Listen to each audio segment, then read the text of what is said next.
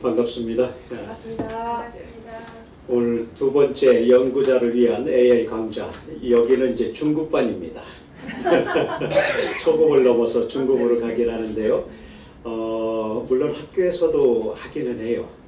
그러지만 아직 이제 초급 수준에서 진행을 하고 있고, 지난번에 우리가 한 6시간 강의를 들으면서 초급에서 제가 볼 때는 중급으로 가는 거고, 또 한 교수님이 볼 때는 바둑으로 치면 한 20급까지 있다고 치면 19급에 해당이 되겠지만 상당히 낮은 급에 해당되겠지만, 그래도 우리가 열심히 해나가면서 좋은 그 공부에 또는 연구에 도움이 되지 않을까 이런 생각이 들어갑니다. 그리고 이제 줌으로 들어오는 분이 한두 분 계실 텐데, 마찬가지로 전체 강의 내용은 유튜브 동영상을 만들어서 또 들을 수 있도록 이렇게 하겠습니다. 한번 듣는 것만으로도 부족하기 때문에 반복해서 들으면서 더 공부할 수 있는 기회를 가지려고 생각을 하고 있고요. 그리고 이제 오늘 강의를 10시부터 시작해서 오후 한 4시 반까지 진행이 되는데, 점심은 우리 지수영 교수님께서 잘 준비를 해주셔서 샌드위치로 하겠습니다. 그리고 주먹밥도 있답니다. 커피도 있고요. 그리고 이제 오늘 강의 못 나오신 분은 지 교수님이 얘기를 해서 커피를 쏘도록 하겠습니다. 그렇게 진행을 할 거고요. 그리고 이제 거의 오후 4시 정도까지는 한 교수님이 진행을 다 해주시고, 또 질의응답이 있을 때는 편하게 질의응답을 해주시고, 거의 4시에서 4시 반 사이는 제가 간단하게 실사례, 특히 이제 요가와 관련해서는 산스크리트 논문이라든지 이런 원전들을 어떻게 번역할까, 이런 부분들, 또 한문이 들어가 있을 때에 시경이라든지 역경이라든지 이런 부분들에 있어서도 한문을 어떻게 번역할 수 있을까, 이런 간단한 사례를 예를 들어서 보여드리고자 합니다. 자, 그러면 오늘 한성국 교수님이 열강을 또 기대해 보겠습니다. 박수로 환영하겠습니다.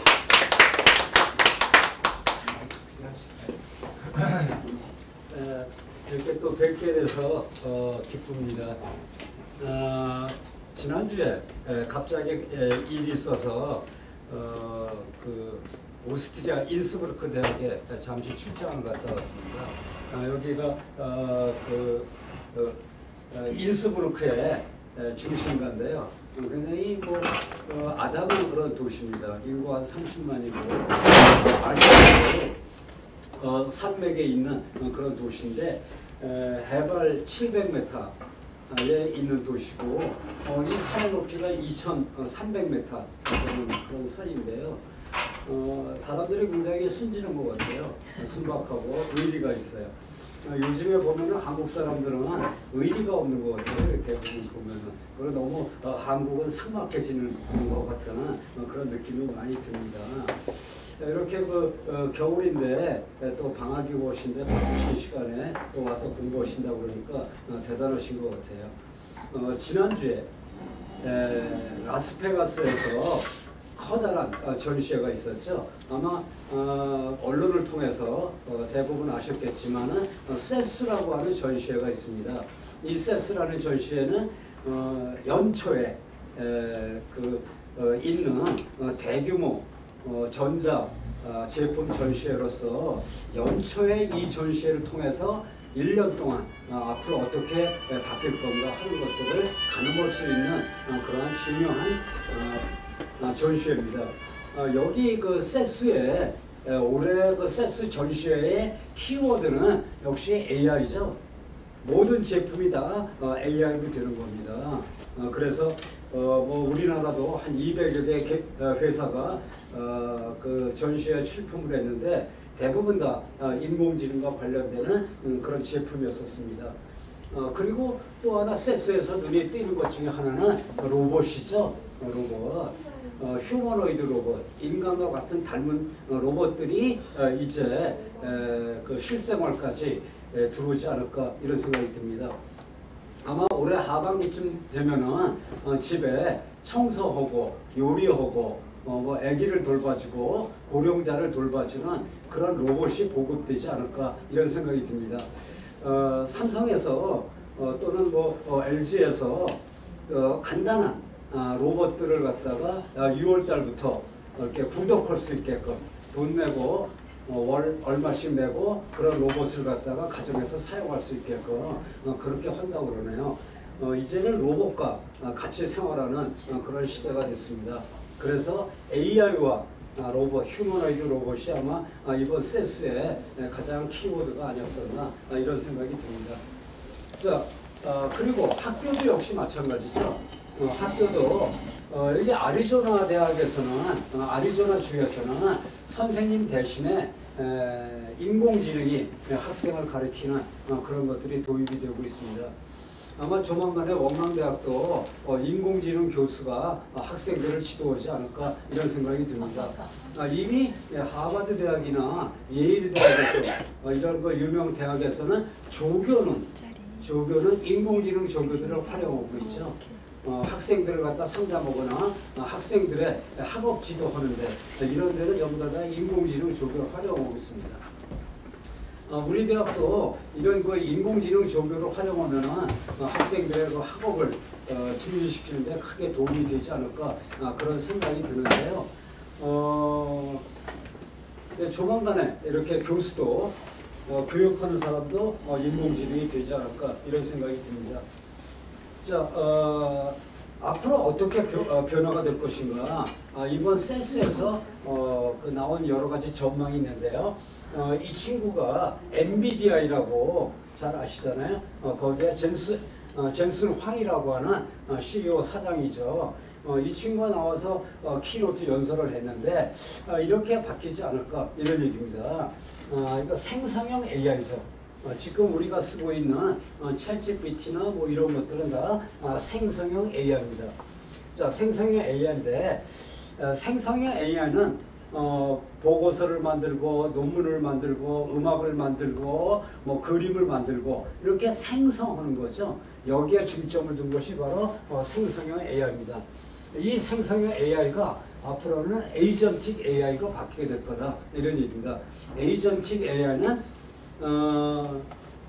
일을 해주는 거예요. 일을 내 대신에 어떤 일을 해주는 그러한 AI를 에이전틱 AI라고 합니다.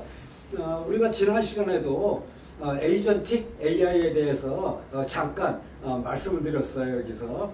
근데 아마 그때 에이전틱 AI가 뭔가 하는 것을 느끼지 못하셨을 텐데 어쨌든 지금도 에이전틱 AI가 가능합니다. 에이전틱 AI는 쉽게 설명드리면 이런 거죠. 자, 내가 피자가 먹고 싶어요. 점심때.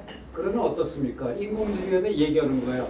야, 내가 피자가 먹고 싶으니까 12시까지 피자를 갖다가 좀 주문해 가져와. 이렇게 얘기를 하는 거예요.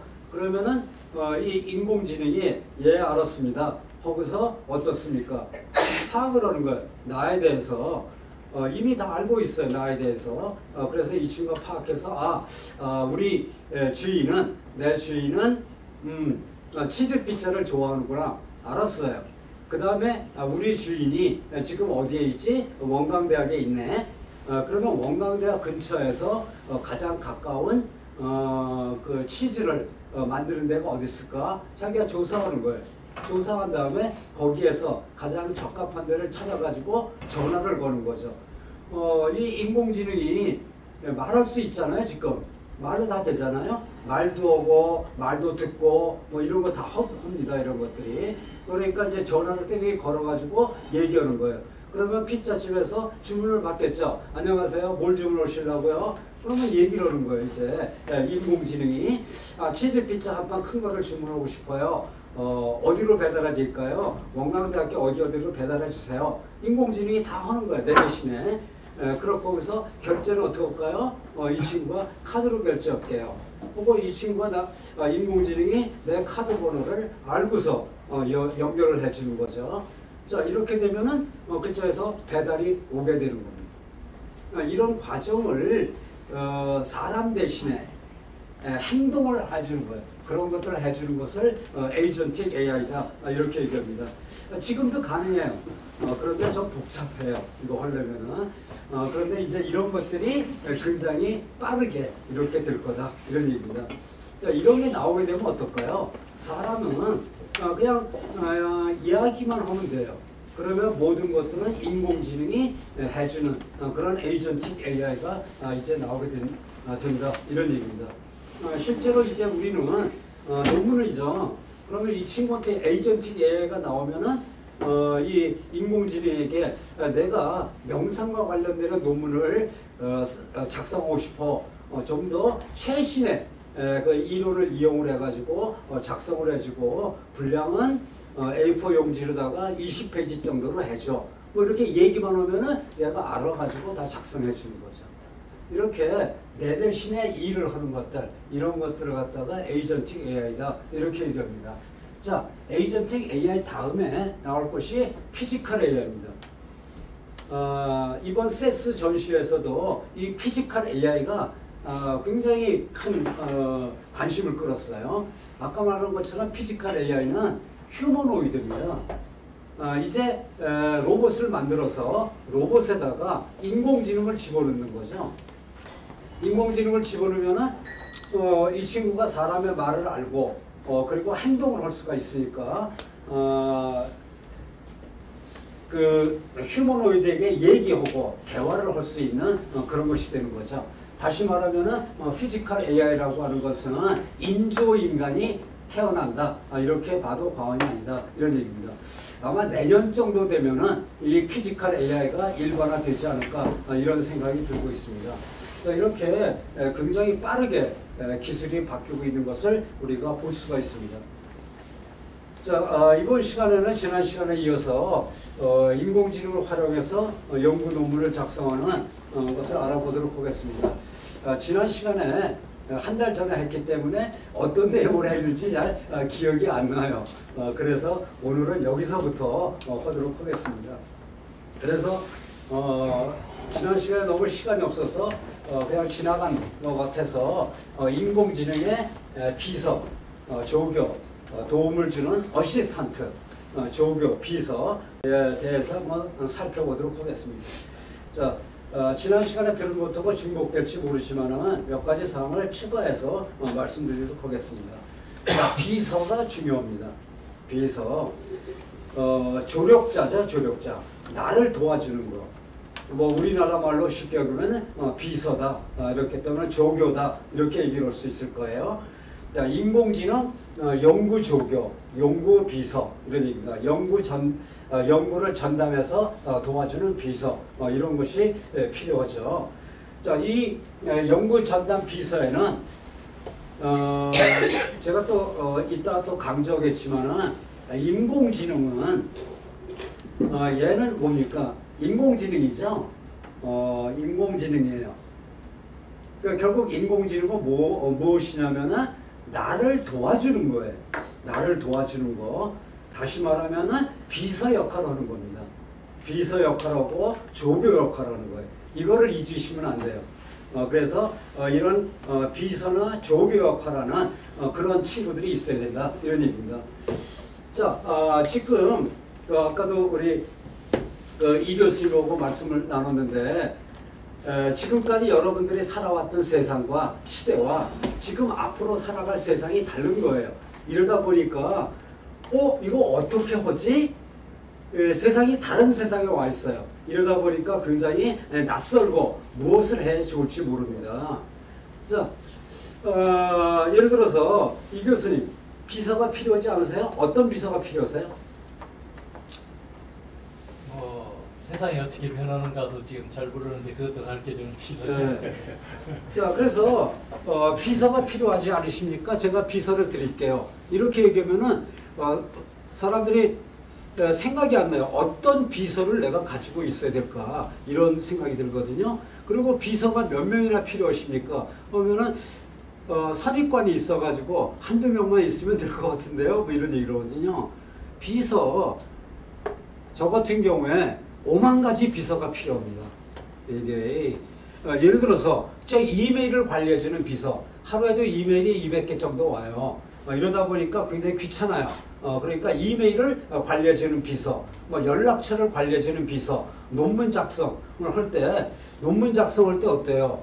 이거 굉장히 여러 가지 단계가 들어갔잖아요. 그래서 예를 들어서 자료를 수집해주는 비서, 이건 자료만 수집하는 비서예요.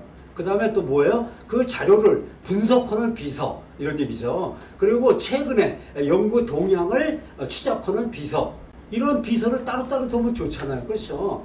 비서라고 하는 것은 전문화된 일을 하는 애들입니다. 그러니까 그런 애들을 둬야 되는 거예요. 자, 논문 쓸 때 비서가 몇 명이나 필요할까요? 제가 봤을 때 한 10대 명이 필요한 것 같아요. 그렇죠? 뭐 논문을 썼어요. 그러면 이걸 갖다가 영어로다가 번역해주는 비서. 그런 비서가 필요하게 되겠죠.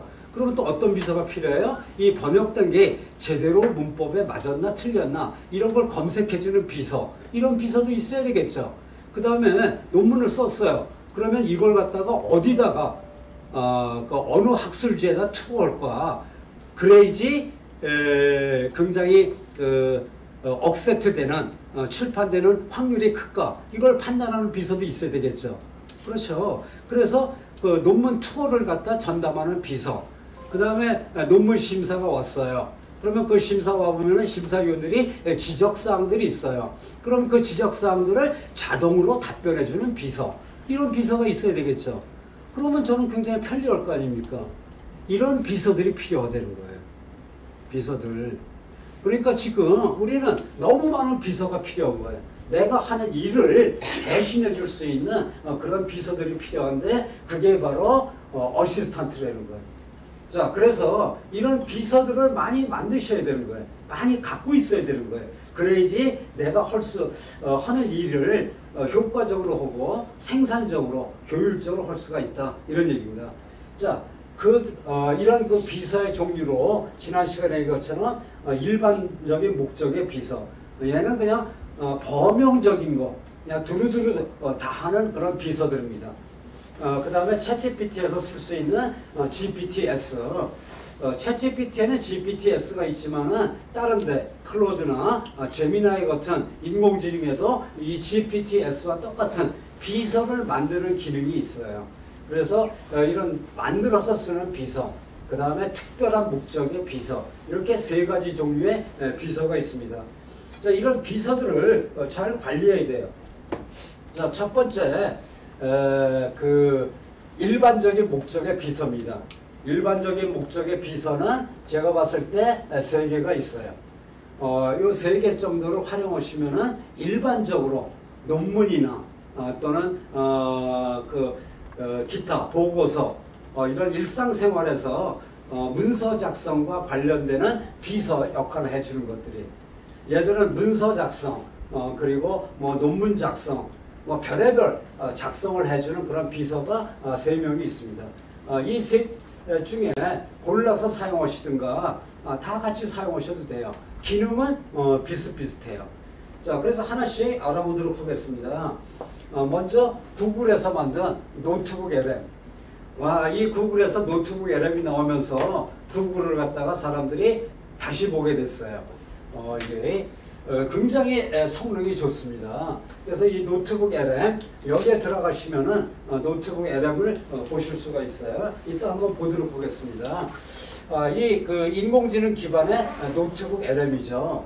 이거는 글쓰기, 연구와 글쓰기를 지원하는 도구예요. 그러니까 글쓰기가 필요하시다. 뭐 신문에 원고를 쓰거나 또는 뭐 책을 저술하거나 이렇게 글쓰기와 관련되는 거, 그리고 논문 쓰기와 관련되는 거, 이것이 바로 노트북 LM입니다. 노트북 LM은 상당히 좋은 기능들을 많이 갖고 있어요. 그래서 이거는 일반적인 연구 비서로 범용적인 연구 비서로 사용할 수가 있고 생산성을 높일 수가 있습니다. 그리고 쉽게 사용할 수가 있고 굉장히 유연한 그런 기능들을 많이 갖고 있어요. 그래서 이런 노트북 LM을 사용하시면은 문서 작성, 논문 작성에 굉장히 편하게 하실 수가 있습니다. 뭐 여러 가지 기능이 있는데 이번에 참 세상이 빠르게 바뀌죠. 제가 아까 카톡으로 그 하나 보내드렸는데요. 인공지능을 따라가는 것은 소방 호스에다가 입을 대고 있는 거와 마찬가지다 이랬는데 너무 빨리 바뀝니다. 이게 너무 빨리 바뀌어요. 그래서 이 노트북 LM이 나오면서 인기가 좋으니까 노트북 LM 플러스를 만들었어요. 그래가지고 기능을 또 보강했습니다. 여기에 보면은 섹션을 3개로 나눴어요. 이게. 섹션을 3개로 나누고 버전을 2개로 뒀어요. 하나는 무료 버전이 있고 또 유료 버전이 있습니다. 무료 버전은 기본적인 기능밖에 안 돼요. 그래서 이 고급 기능을 사용하려면은 유료 버전을 사용해야 돼. 이것들이 여기 바뀌었어요.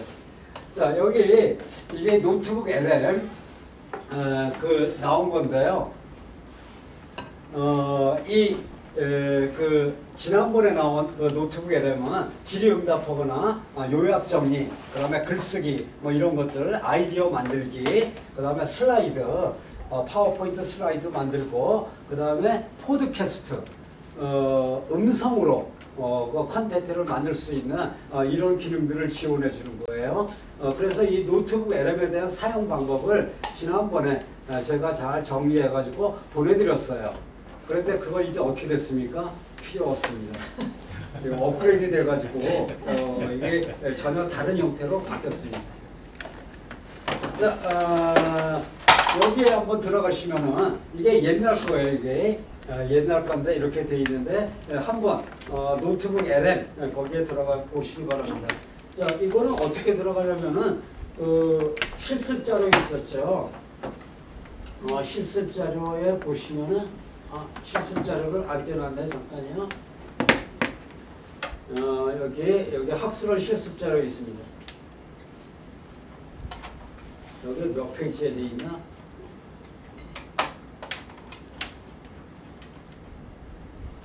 AIPRM 있고요. 여기 쭉 나와가지고 이거 깜빡해.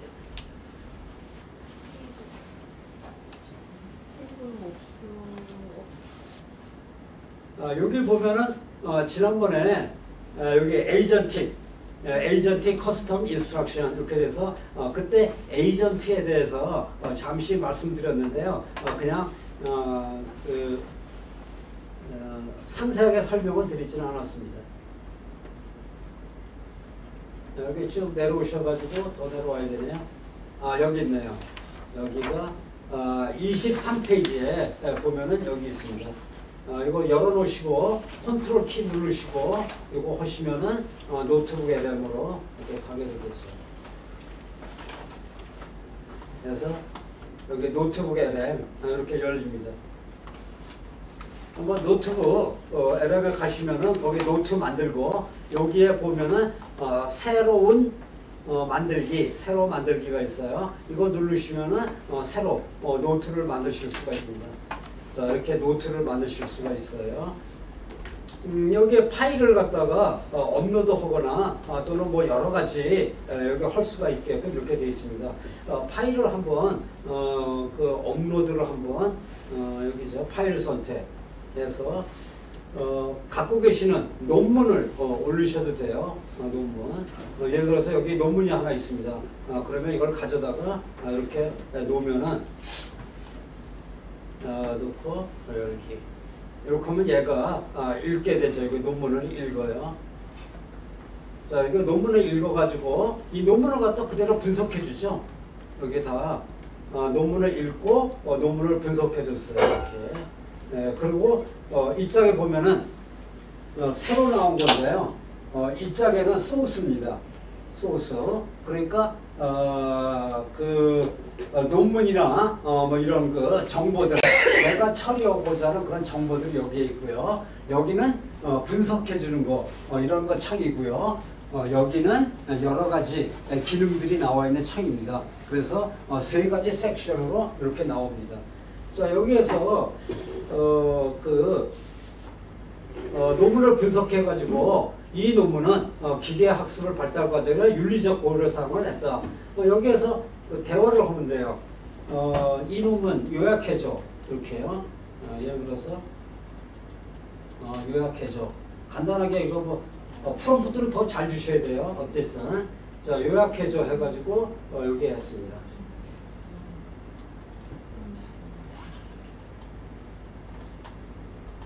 그러면 이 친구가 이 논문을 요약을 해줘. 이렇게 해서 논문을 갖다 요약한 결과가 나옵니다. 이렇게 해서 요약해줘 했더니 이 논문에 대한 이런 것을 나오고 이런 얘기죠. 자, 여기에서 오른쪽으로 가셔서 학습 가이드가 있어요. 학습 가이드. 그러면 이 논문을 공부할 수 있는 그런 것들이 나옵니다. 이 논문을 공부하려면 어떻게 공부해야 된다. 뭐 이런 걸 나옵니다. 자, 그래가지고 이렇게 학습 가이드가 자동으로 만들어집니다.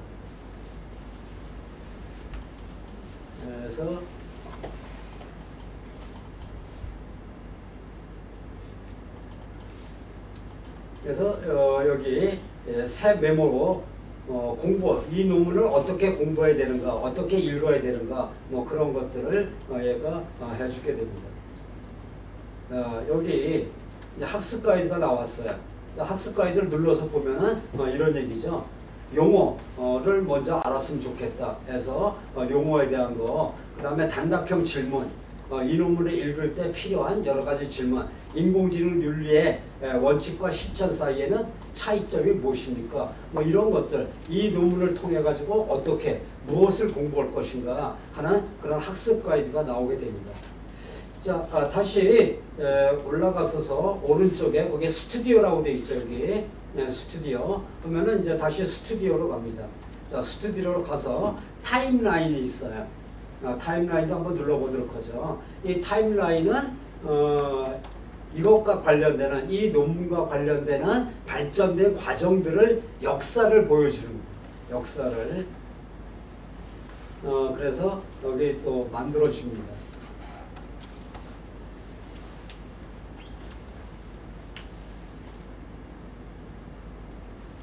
이렇게 해서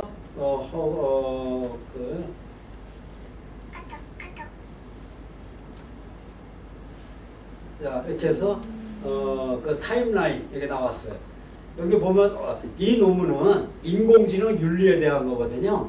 그럼 그 인공지능 윤리에 대해서 역사, 어떻게 인공지능 윤리와 관련되는 역사가 무엇이고 그 원칙이 어떻게 변천되어 나왔는가 하는 것들을 보여주는 거죠. 1940년대 뭐 21세기 들어와서 그리고 주요 인물들 어떤 사람들이 여기에 관련되고 있다. 그 이론을 제시했다 하는 이런 것들을 보여주고 있습니다. 자, 한 번씩들 해보세요. 하여튼 그리고 여기 보면 FAQ가 있죠. 이 논문을 갖다가 읽을 때 자주 묻는 질문들에 대한 답변도 얘가 자동으로 만들어줍니다. 자동으로 만들어줘요. 이렇게요.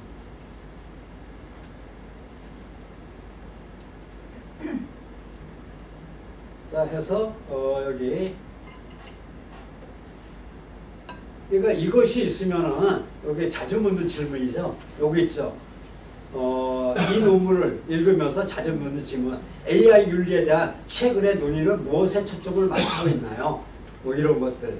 그 다음에 AI 윤리 원칙과 실제 적용 사이의 격차를 해소하는 것이 왜 중요한가요? 뭐 이런 것들이 나오는 거예요. 그러면은 이 논문을 통해서 우리가 알 수 있는 것들, 이런 것들을 할 수가 있죠. 자, 여기에는 지금 논문을 갖다가 그 소스죠. 소스에는 한 편만 올려놨어요. 그런데 여기에 어떨까요? 여러 개를 올려놓을 수 있겠죠. 그렇죠. 한 편만 아니라 여러 개를 올려놓을 수 있어요. 예를 들어서 요가다 하면은 요가에 관련되는 논문들을 뭐 다양한 논문들이 있을 거예요. 10편, 20편 이거 다 올려놓아요. 다 올려놓고 그 다음에 여기에 오른쪽에서 하면은 이 10개 논문들을 다 분석해 가지고 해주는 거죠. 이게 뭐 여러 가지 아이디어, 이제 프롬프트를 이용해서 여러 가지 아이디어를 할 수가 있겠죠. 예를 들어서 이 논문을 이 논문의 후속 여기서 논문으로 적합한 논문 제목 뭐 3개만 알려줘. 이렇게. 자, 이런 논문들이 있는데 아이디어가 안 나와요. 논문 쓰려면 논문 제목을 알아야 되는데 그래서 이런 분야의 논문을 쓴다고 하면은 어떤 논문을 쓰면 좋을까? 3개만 알려줘. 이렇게 돼 있죠. 그러면은 여기에 자료가 많이 있다 그러면은 이런 것들을 갖다 해가지고 그 3개를 알려주잖아요. 여기 보잖아요. ML 인공지능 개발자를 위한 응용 AI 응용 인공지능 윤리의 유용 활용과 평가 뭐 이런 것들 인공지능 윤리 도구 및 방법론의 성숙도 분석 및 개선 방안 이런 논문을 쓰면 좋겠다. 인공지능 윤리를 위한 프로 윤리적 비즈니스 모델과 인터랙티브 구조 설계 이렇게 나오잖아요. 이렇게 해서 아이디어를 얻을 수가 있어요. 그러면 예를 들어서 이것에 대해서 좀 더 좀 알고 싶다. 그럼 어떻게 돼요? 이걸 갖다 이렇게 한 다음에 좀 자세히 알려줘. 이거죠, 그렇죠?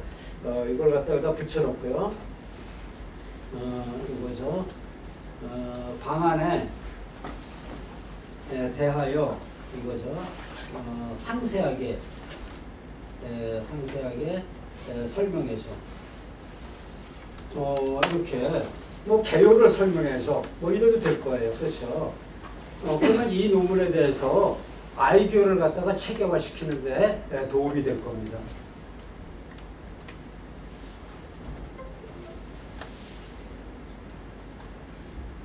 개선 방안에 대해서 내가 잘 몰라요. 이런 논문은 좋을 것 같은데 그러면 얘가 이것에 대해서 여기 나오잖아요. 이렇게 여기에 대해서 AI, 인공지능 윤리 도구의 방법론과 성숙도 분석의 개선 방안 이런 얘기죠. 뭐 이런 식으로 하면 좋다는 거죠. 개념의 정의하고 뭐 이런 것들 해서 이런 식으로 작성하면 좋겠다. 이런 내용이죠. 결론은 이런 식으로 내리게 된다. 이런 얘기입니다. 자 이렇게 되니까 그 노트북 LM 범용적으로 사용할 수가 있습니다. 범용적으로 이런 것들을 그래서 굉장히 쓸 수가 있는 겁니다. 꼭 사용해 보시기 바랍니다. 그리고 제가 아까 말씀드린 것처럼 이 노트북 LM이 사용 방법이 완전히 바뀌었다고 그랬죠. 이것도 사용 방법을 좀 체계적으로 정리해 가지고 이거 보내드리도록 하겠습니다. 아주 쉽게 사용하고 어떻게 응용할 수가 있는가 하는 것들을 정리해서 보내드리도록 하겠어요. 노트북 LM 플러스 이 플러스는 여러 가지 기능들이 있는데요. 이것도 어떻게 좀 사용할 수 있는 방법이 없을까 한번 찾아보도록 하겠습니다. 그래서 노트북 LM은 범용 비서입니다. 일반적으로 글쓰기, 논문 작성 이런 데 할 때 노트북 LM을 쓰셔야 돼요. 그러니까 기본적으로 그 이제 노트북 LM을 쓰셔야 됩니다. 많은 연구자들이 지금 노트북 LM을 사용하고 있나요? 해외에서? 노트북 LM이요? 예. 아까 말씀드렸잖아요. 인기가 너무 많아가지고 플러스까지 나왔다고. 그리고 완전히 싹 기능을 바꿨다고. 플러스 가격은 월 얼마나 되나요? 아시나요? 예. 이거 연구 개발자들뿐만 아니라 일반적으로 글쓰기 하는 사람들은 다 이거 사용하고 있습니다. 글쓰기. 기자들이나 또는 그 기업에서 마케팅 담당자들 뭐 이런 사람들, 보고서 작성하는 사람들 이런 사람들 다 노트북 LM 쓰고 있습니다. 자, 그 다음에 구글 AI 스튜디오라고 있습니다. 구글 AI 스튜디오. 이거는 지난 시간에도 잠깐 말씀드렸지만은 이거는 전문가들을 위한 겁니다. 전문가들을 위한. 이거는 글쓰기라기보다는 프롬프트와 관련되는 그런 인공지능, 생성형 인공지능을 다룰 때 굉장히 많이 사용되는 아주 편리하게 사용할 수 있는 그런 것이 이것도 여기 보시면은 여기 그 워드 파일에 보시면은 AI 스튜디오 구글 점 여기 있죠. 컨트롤 키를 누르고 오시면은 일일이 가실 수가 있습니다. 자, 여기 보면은 구글 트라이 여기 있죠. 이거 꼭 끄셔도 돼요. 자, 이렇게 돼가지고 요거 나와 있는데요. 여러 가지 기능들이 있어요 여기. 그 다양한 기능들이 있는데 요것은 전문가들이 사용하는 그런 기능들입니다. 이게 까맣게 나왔는데 이거 좀 바꿀 수가 있습니다. 예, 그래서 이쪽에 보면은 왼쪽에 보면은 여러 가지 프롬프트를 만들거나 이런 얘기죠. 여기 이거는 프롬프트를 만들 때 이거 하는 것이고요. 스트림 리얼 타임 이거 있죠. 이거는 업무 자동화할 때 쓰는 겁니다. 업무 자동화할 때 이런 데 쓰고요. 여기 스타터 앱 이거는 앱 개발할 때 쓰는 거예요. 이럴 때 쓰는 것인데 굉장히 그 프롬프트를 연습하실 때 굉장히 좋습니다. 프롬프트를 연습하실 때 굉장히 좋아요. 그래서 연구 관련 프롬프트 만들어서 사용하실 때 한 번씩들 사용해 보셨으면 좋을 것 같습니다. 자, 그래서 구글 스튜디오 했고요. 그 다음에 챗GPT의 캔버스 이거죠. 자, 이 챗GPT의 캔버스는 노트북 LM과 유사한 겁니다. 결국 오픈 AI에서 챗GPT에서 캔버스를 만들었어요. 캔버스를 만드니까 구글에서 노트북 LM을 만들었어요. 이거보다 더 성능을 좋게끔 노트북 LM을 만들었습니다. 그런데 이 챗GPT의 캔버스는 클로드라고 하는 게 있었다고 했죠. 클로드에 아티팻이라고 하는 기능이 있어요. 그 기능을 모방해 가지고 캔버스를 만들었고, 캔버스를 모방해서 구글에서 노트북 LM을 만든 거예요. 이 캔버스 챗GPT에서 그대로 쓸 수가 있습니다. 이 캔버스 사용 방법도 지난번에 제가 정리해 가지고 보내드렸어요. 그런데 어떻게 됐어요? 싹 바뀌었어요. 이것도. 하루아침에 바뀌는 거예요. 그래서 이것도 캔버스도 새로 사용 방법을 정리해서 보내드리도록 하겠습니다. 자, 이거는 자동으로 되죠. 자, 캔버스를 어떻게 사용할 건가? 챗GPT에 들어가시면 됩니다. 이렇게 해서 그 챗GPT에 들어가 보세요. 이렇게 챗GPT에 들어가시면은 이렇게 나오죠. 여기에서 모델을 챗GPT 4o 이렇게 되어 있습니다. 이 모델을 선택을 하시고요. 선택을 하시고 그러면은 원래 여기에서 그냥 프롬프트를 주면은 보고서를 만들잖아요. 그러면 당연히 캔버스가 열립니다. 당연히 자동으로 열려요.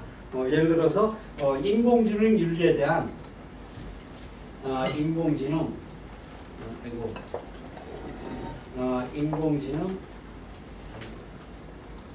말로 해도 되는데 이거 윤리 이 개념에 대한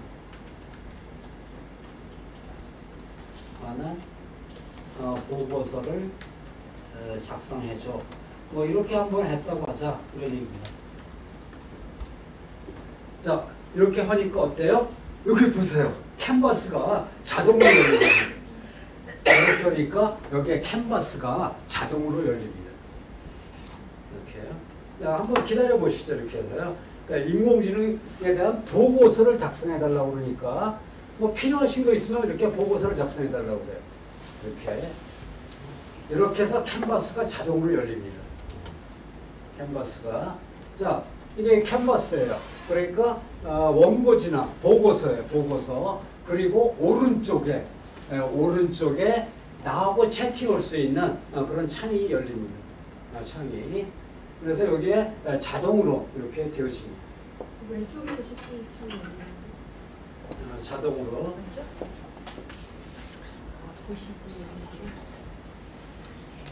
여기 뭔가 쓰는 중 이렇게 돼서 자동으로 되어 있어요. 한번 그 본인이 원하시는 것들 연구 분야에 대한 것들을 한번 여기에다가 캔버스 사용하는 거 한번 해보시기 바랍니다. 자, 본인 연구 분야와 관련되는 그런 것들 해보시기 바랍니다.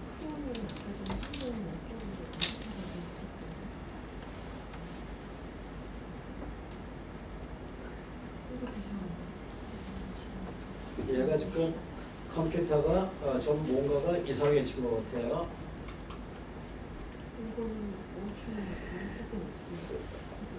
자, 이렇게 해서 얘가 작성을 하고 있습니다. 대신 채팅해서 답합니다. 여기 얘가 이렇게 되어 있고요. 여기 오른쪽에 요거 있죠. 크게 하게 하는 거. 요거를 누르면은 이 캔버스 작성된 것들이 이렇게 보입니다. 아직도 뭔가 쓰고 있는 중이네요. 자, 이렇게 되어 있고요. 여기에서 왼쪽에서 채팅을 할 수가 있습니다. 인공지능 윤리의